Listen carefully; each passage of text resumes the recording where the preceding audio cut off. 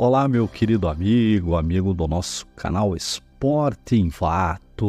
Aqui a gente sempre fala de todos os esportes, traz alguns vídeos aí bem legais. Hoje a gente vai fazer uma resenhazinha sobre a nossa seleção brasileira. Antes da gente entrar no tema do vídeo, a gente precisa aí parabenizar a nossa querida Bia Haddad Maia, que chegou às quartas de final lá no torneio US Open, ganhou ontem na Caroline Wozniacki, ex-número 1 do mundo, e a Bia avançando aí firme e forte para tentar chegar a uma final de Grand Slam. E esse feito aí não acontece desde 1968 com a nossa gloriosa Maria Esther Bueno. Então toda a sorte aí para a Bia Haddad, que ela realmente consiga trazer aí um título de Grand Slam para o nosso Brasil. Mas o assunto de hoje é o seguinte, é um bate-papo aí com você, uma breve resenha sobre a nossa seleção brasileira. Essa semana as eliminatórias estão de volta, o Brasil joga na sexta-feira contra o Equador e a gente tem acompanhado a seleção aí há anos, né? Isso aí, claro que depende da idade de cada um, mas eu já tô aí nos meus 60 anos e desde a Copa de 70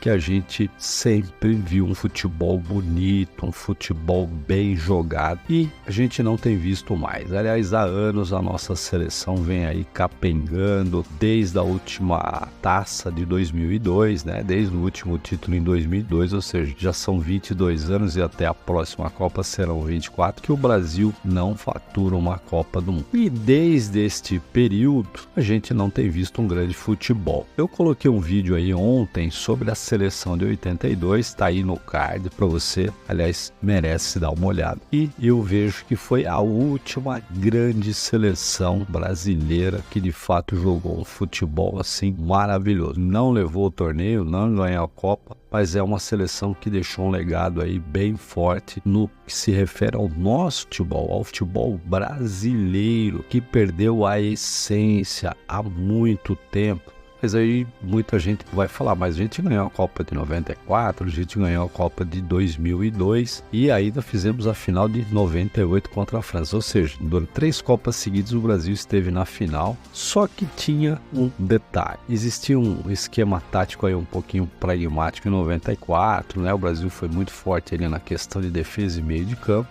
E a gente tinha ali na frente Romário e Bebeto. 2002 a gente teve Ronaldo, a gente teve Ronaldinho Gaúcho, a gente teve Rivaldo, que aliás, ao meu ver, foi o melhor jogador daquela Copa. Tinha o Marcos do Palmeiras, que praticamente pegou tudo ali na final contra a Alemanha, inclusive fez defesas maravilhosas. Então a gente tinha umas seleções aí bem organizadas taticamente, porém aquele futebol vistoso, aquele futebol bonito, a gente não vê desde 80. Eu tenho algumas teorias, eu até joguei futebol aí amador durante um tempo, né, na fase de infância, isso aí até, vamos dizer, a fase juvenil. E o que a gente via lá antigamente, você tinha muitos olheiros espalhados aí pelo Brasil, vendo a meninada jogar em campinho de terra, em campo de buraco, jogar na lama, jogar naquelas campo de grama ali bem ralezinho, e ali surgiam muitos e muitos talentos. Hoje em dia você tem toda uma estrutura de futebol, campo que parece um tapete, com um fisiologista, nutricionista, com academia. Óbvio, tem que ter essa estrutura. O futebol ele se tornou mais dinâmico, mais força, com mais pegada, só que a nossa essência, que era aquele futebol de campinho, de drible, de dar aquele rolinho, de passar a bola por baixo da perna, da criatividade, porque você não tinha uma estrutura e você tinha que ter criatividade para jogar futebol, isso a gente não vê mais. A gente tem visto hoje muita vaidade, muitos jogadores quando chegam para um determinado jogo, que desce do ônibus, aqueles fones de ouvido gigante, brinquinho, pulseirinha, e com o celular na mão e já senta lá dentro do vestiário e vai para as redes sociais. Ok, é um mundo novo, é um novo modo de vida hoje. Claro que a gente não vai comparar com 40, 50 anos atrás, atrás. Só que aquela coisa de ir para o campo, querer jogar futebol, querer dar espetáculo, esses caras não querem mais. Tanto que alguns jogadores, quando são convocados, aparece lá uma dor na unha, um pelo encravado, e o cara pede dispensa da convocação porque diz que não está em condições de jogar. Lá atrás, né, 40, 50 anos, ou até 82, vamos colocar aí, ou seja, são 42 anos, que nós tínhamos eram jogadores que tinham vontade de ir para a seleção, jogadores que iriam chegar lá na seleção, não estava preocupado com vaidade, os caras queriam colocar o uniforme da seleção, entrar em campo e dar show. Era uma coisa maravilhosa a gente ver. Quem teve a oportunidade de ver lá na década de 70, né? Foi daí que eu comecei a acompanhar futebol. Ver um Ademir da Guia, ver um Rivelino, ver um Pelé, ver um Edu dos Santos, a gente vê Zico, a gente viu lá Doval, a gente viu Tostão, ou seja, tinha uma infinidade de jogadores. Gerson, a gente vai falar um pouquinho dessa coisa de meio de campo. Gerson, que era um cara inteligentíssimo, colocava a bola onde estava exatamente o atacante, fazia lançamentos aí de 40, de 50 metros. E a gente não vê isso hoje na seleção, a gente não vê um meio de campo. A gente não pode imaginar que um Paquetá da vida vai ser um cara que vai criar no meio de campo. Não existe jogadores que estão ali só para formar o meio de campo, mas sem criatividade. Se a gente for pegar lá, na época, o 1 era o goleiro, 2 lateral direito, 3 central, 4 era quarto zagueiro, 6 lateral esquerdo, 5 era o volante, 8 meia direito, 10 era o meia esquerda, que tá faltando esse meia esquerda no nosso futebol. Você tinha o 7 ponta direito, 9 centroavante e o 11 era o ponta esquerda. Era isso o futebol, era simples, era o arroz com feijão, só que com criatividade. Os jogadores entravam em campo com aquela fome de bola, aquela fome de vencer, aquela fome de ganhar e aquela fome de mostrar um futebol bonito. O Guardiola, que hoje com certeza acho que é o maior técnico aí que nós temos em atividade, ele numa entrevista ele disse que nós perdemos a essência, que tudo que ele aprendeu sobre futebol, que ele levou para o Barcelona, aquele toque de bola, ele aprendeu o futebol brasileiro e muito com a seleção de 82. E nós resolvemos imitar europeu, aquele futebol de cintura dura, de lançamento na área, aquele futebol de força que não tem criatividade, né? Com aquela marcação pesada. E a gente de repente trouxe esse conceito aqui para o Brasil, para nossa seleção, e a gente está vivendo hoje aí uma escassez de títulos. E eu quero que você comente aí o que você acha, o que está faltando para a seleção, o que foi perdido aí na nossa seleção e que a gente não consegue mais resgatar. Esse pessoal precisa ter menos vaidade, esse pessoal precisa pensar mais no espetáculo. O Brasil sempre deu espetáculo. O Brasil jogava em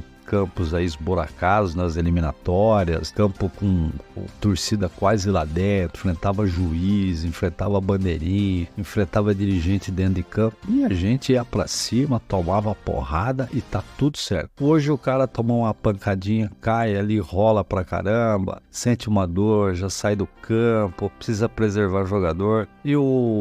Tem alguns vídeos da Copa de 66, se você depois procura aí no jogo Brasil e Portugal, o Brasil foi eliminado por Portugal, o Pelé tomou tanta porrada e continuou em campo, foi continuando em campo, até que chegou um momento que não tinha mais, naquela época, acho que não tinha nem cartão amarelo, não tinha cartão vermelho, né? Isso aí foi introduzido a partir da Copa de 70. Só que o cara tava ali tomando pancada, tomando porrada no tornozelo, tomando joelhada nas costas, fungada no cangote e continuou em campo jogando. Então, esse futebol nosso de enfrentamento e de partir para cima do adversário, sabe? Driblar e de mostrar, olha, essa camisa amarela aqui tem peso, não existe mais. Ninguém mais respeita a seleção brasileira. Ninguém tem medo mais de entrar e enfrentar a amarelinha. Quero saber de você, coloque aí nos comentários o que você acha, qual a sua opinião sobre esse nosso futebol atual. Aliás, o futebol em geral no Brasil, né? A gente tem visto jogos aí lamentáveis, né?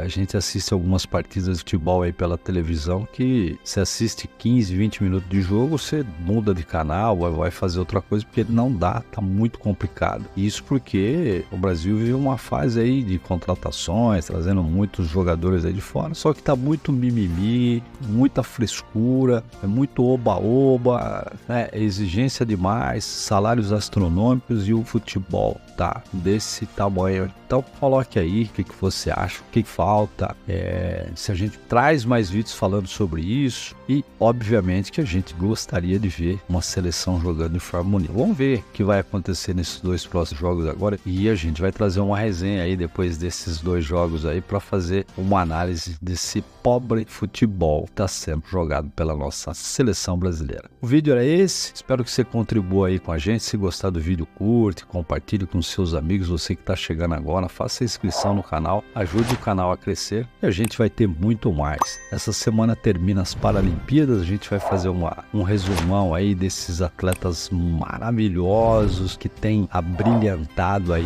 as Paralimpíadas, né? Um esforço assim gigantesco e outros temas, muitos outros vídeos legais aqui para você, beleza? Um grande abraço e até o próximo vídeo.